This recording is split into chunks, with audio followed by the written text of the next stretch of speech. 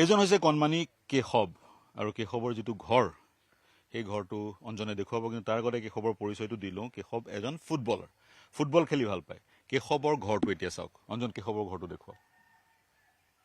এইটো হৈছে কেশৱৰ ঘৰ কেশৱৰ পৰিয়ালৰ আন সকলো আছে এই ঘৰটোতে কেশৱৰ ফুটবলটো আছিল আন আন সামগ্ৰীবোৰ আছিল যিবোৰ সেইদিনাৰ পানীয়ে উটুৱাই লৈ গ'ল ঘৰটোৰ অৱস্থা চাওক একোৱেই নাই শূন্য গতিকে এতিয়া আমাক প্ৰয়োজন প্ৰথমতে উদ্ধাৰ হ'ল লোকসকল তৃতীয়তে তেওঁলোকে খাদ্য বা আন আন সামগ্ৰীসমূহ পালে বস্ত্ৰ পালে এতিয়া আমাক প্ৰয়োজন কি তেওঁলোকক ঘৰ এটা নিৰ্মাণ কৰি দিয়াৰ সামূহিকভাৱে যি ধৰণে অসমে ৰিলিফ আৰু ৰেস্কিউত যি ধৰণে সহায় আগবঢ়ালে বা সহযোগ কৰিলে এতিয়া ঘৰ নিৰ্মাণত সকলোৱে আমি সহযোগ কৰিব লাগিব কেৱল ঘৰেই নহয় কেশৱৰ ফুটবলৰ সা সামগ্ৰী কেশৱৰ বাকী কিতাপ পত্ৰ সকলোবোৰ আমি যোগান ধৰিব লাগিব চৰকাৰী বা বেচৰকাৰীভাৱে কেশৱৰ যি এজন ফুটবলাৰ হোৱাৰ যি সপোন সেই সপোন যাতে ভাঙি নাযায় তাৰ কাৰণে আমি প্ৰয়াস কৰিব লাগিব ক'ৰবাত কেশৱৰ ফুটবলৰ আন সামগ্ৰীসমূহ বানে উটুৱাই লৈ গ'ল এতিয়া কেশৱৰ পৰিয়ালৰ আন সকলো লোকৰ ওচৰলৈ যাওঁ আপোনাৰ কথাটো কওকচোন এই টাৰ্ভে হ'লনে সেইদিনাখন আমি সকলোৱে গম পালোঁ কি ধৰণে পানী চাৰিওদিশেদি আহি ঘৰটো টচ নচ কৰিলে বাকী এতিয়া কওকচোন কি সাহায্য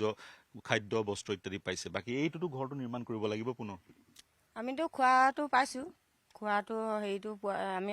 কমি হোৱা নাই কাপোৰ কানিও পাইছোঁ খালি মুঠতে আমাক লাগে এতিয়া ঘৰ আৰু পোৱালিটো ভাগৰ কিতাপ পত্ৰ ইমানে ঘৰটোৱে লাগে আমাৰ মেইন কথা অন্য একো নালাগে ঘৰটো লাগে কেশৱ কোন স্কুলত পানী উঠিছে নেকি স্কুলত পানী উঠিছে নেকি পানী হৈছিলে এতিয়া স্কুল খোলাৰ কথা আছিল কিন্তু খুলিব নোৱাৰিব গতিকে কিবা এপ্ৰিল কিবা মোক কি লাগে কি কৰিব লাগে বেলেগৰ ঘৰত থাকিবলগীয়া হৈছে যোৱা 11-12 দিন এতিয়া কি লাগে মোক কিতাপ লাগে আৰু ঘৰ লাগে ফুটবল লাগে ফুটবলৰ সামগ্ৰী জোতা বুট জোতা লাগে ললো মই আন এগৰাকী বাইদেউ আছে আপোনাৰ ওচৰলৈ যাওঁ আপোনালোকৰ ঘৰটো বাৰু চৰকাৰী ঘৰ পকাৰ আছিলে গতিকে আপোনালোকৰ আংশিকভাৱে কিছু সামগ্ৰী বাচিলে কিন্তু ওচৰৰ পৰিৱেশটো চাওকচোন এই ঘৰটো কি ধৰণে বিধ্বস্ত হৈ গৈছে কওকচোন কি আহ্বান জনাব মুঠতে আমাক ইমান বয় বস্তু ধ্বংস হৈ গৈছে মুঠতে সকলোকে ঘৰ এটা লাগে যেন তেনে বস্তুটো ধ্বংস হৈ গৈছে গাহৰিয়ে ছাগলীয়ে মানুহৰ ওচৰত চবই গৈছে এতিয়া আমাৰ ঘৰ পকা চৰকাৰী ঘৰটো থাকিলে কেঁচা ঘৰটোতো চব বস্তু গৈছেগৈ কিমান বস্তু গৈছে গাহৰি গৈছে এওঁলোকেও গৈছে ছাগলী গাহৰি আমাৰো গৈছে তেওঁলোকেও গৈছে চবৰে গৈছে লাগিলে আমাক যিমান যি হ'লেও চৰকাৰে যেন ঘৰ এটা দিয়ে ঘৰটো খুবেই প্ৰয়োজন তাৎক্ষণিকভাৱে বাঁহ বেতৰে যদিও হয় যদি সম্ভৱ হয় বাঁহ বেতৰে তাৎক্ষণিকভাৱে তাৰ পিছত পকী ঘৰ দিয়াৰ পৰিকল্পনা কৰিব পাৰে কিন্তু তাৎক্ষণিকভাৱে যিমান দিন পাৰ হৈ যাব যোৱা 12 দিন ধৰি তেওঁলোকে বেলেগৰ ঘৰত আছে আৰু এগৰাকী বাইদেউ আমাৰ সৈতে সংযুক্ত হৈ আছে এই বাইদেউগৰাকীয়ে কৈছে য'ত তেওঁ অস্থায়ীভাৱে থাকিব লৈছিল তাত বোলে কিমান 10-12 সাপ ওলাইছে 10-12ডাল সাপ আৰু ফেনাইল ঢালিলেও সাপবোৰ নাযায় কাৰণ সাপবোৰ যোৱাৰ স্থান নাই সাপৰ গাঁততো পানী সোমাইছে গতিকে তেনেধৰণৰ এক জটিল পৰিৱেশত তেওঁলোক থাকিবলগীয়া হৈছে জীৱন নিৰ্বাহ কৰিবলগীয়া হৈছে যেতিয়ালৈকে ঘৰ নাপায় অস্থায়ীভাৱে হ'লেও বাঁহ বেতৰ ঘৰ এটা হ'লেও এওঁলোকক লাগে কি কয় আমি বেলেগৰ ঘৰতে আছোঁ তাৰপৰা কালি ৰাতিপুৱা আমি ইয়াত থাকিম বুলি কয় ট্ৰিপল দিছে সেইবোৰ লগাই মেলি থাকিম বুলি থাকিলোঁ এই ছোৱালী এটা আছে ল'ৰা এটা আছে আমি থাকিলোঁ ৰাতি সাপ ঢেৰ ওলাইছে খাবলৈতো চব বস্তুৱে পাই আছোঁ আমি খাবলৈ বা পিন্ধিবলৈ পাই আছোঁ আমাক ঘৰ এটা দিলে আমি ভাল পাম বা আপোনালোকৰ এইটো নিউজ 18 চেনেলৰ পৰা মই অনাৰেবল CMক এটাই ৰিকুৱেষ্ট কৰোঁ sir please kindly build the bridge as quick as possible because এইটো bridge because we can travel na the road is too long from their side this is the short way if we want to buy something anything for the home to make a home we can go for the bridge এটা আপোনালোকেও আহিছে দেখিছে কৰপা উঠি আহিছে জখলা পাৰ হৈ আছে আমাক এই ব্ৰিজটো আপোনালোকে যিমান পাৰে ইমান অনাৰেবল CMক ৰিকুৱেষ্ট কৰিছোঁ আৰু সেইদিনাখন আমাৰ MLA ছাৰো আহিছে আহি মেলি ইয়াত কাপোৰে কানিয়ে সেনেকৈ দি গৈছে এবাৰ এতিয়া ৰিকুৱেষ্ট এটাই কৰিম মোক দেৰিকৈ দিলেও এই খুৰীক অকণমান সোনকালে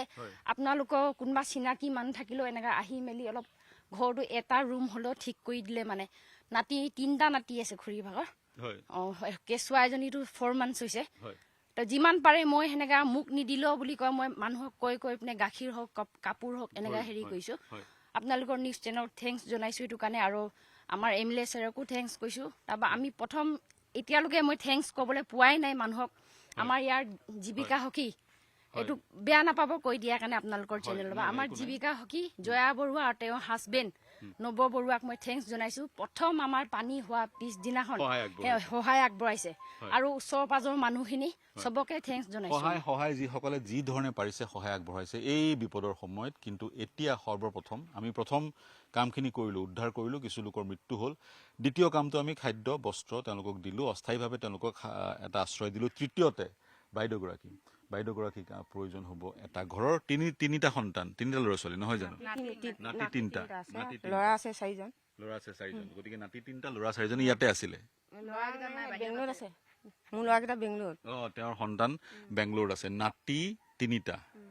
বাইদেউৰ নাতি তিনিটা, চবৰে আশ্ৰয়স্থলী এয়াই আছিলে। এই আশ্ৰয়স্থলী মই ভিতৰত কি আছে আচবাব ইতিমধ্যে দেখিছোৱেই। এই ধৰণে আলমাৰী আছিলে বা আন আচবাববোৰ আছিলে, কিন্তু এতিয়া একো নাই, শূন্য। গতিকে এই ঘৰটোতো মেৰামতি কোনোপধ্যেই কৰিব নোৱাৰে। মেৰামতি কৰিবলৈ ক'ৰ পৰা আৰম্ভ কৰিব? টিংপাত কেইখন ব্যৱহাৰ কৰিব পাৰিব, তাৰ বাদে একোৱেই ব্যৱহাৰ কৰিব নোৱাৰে।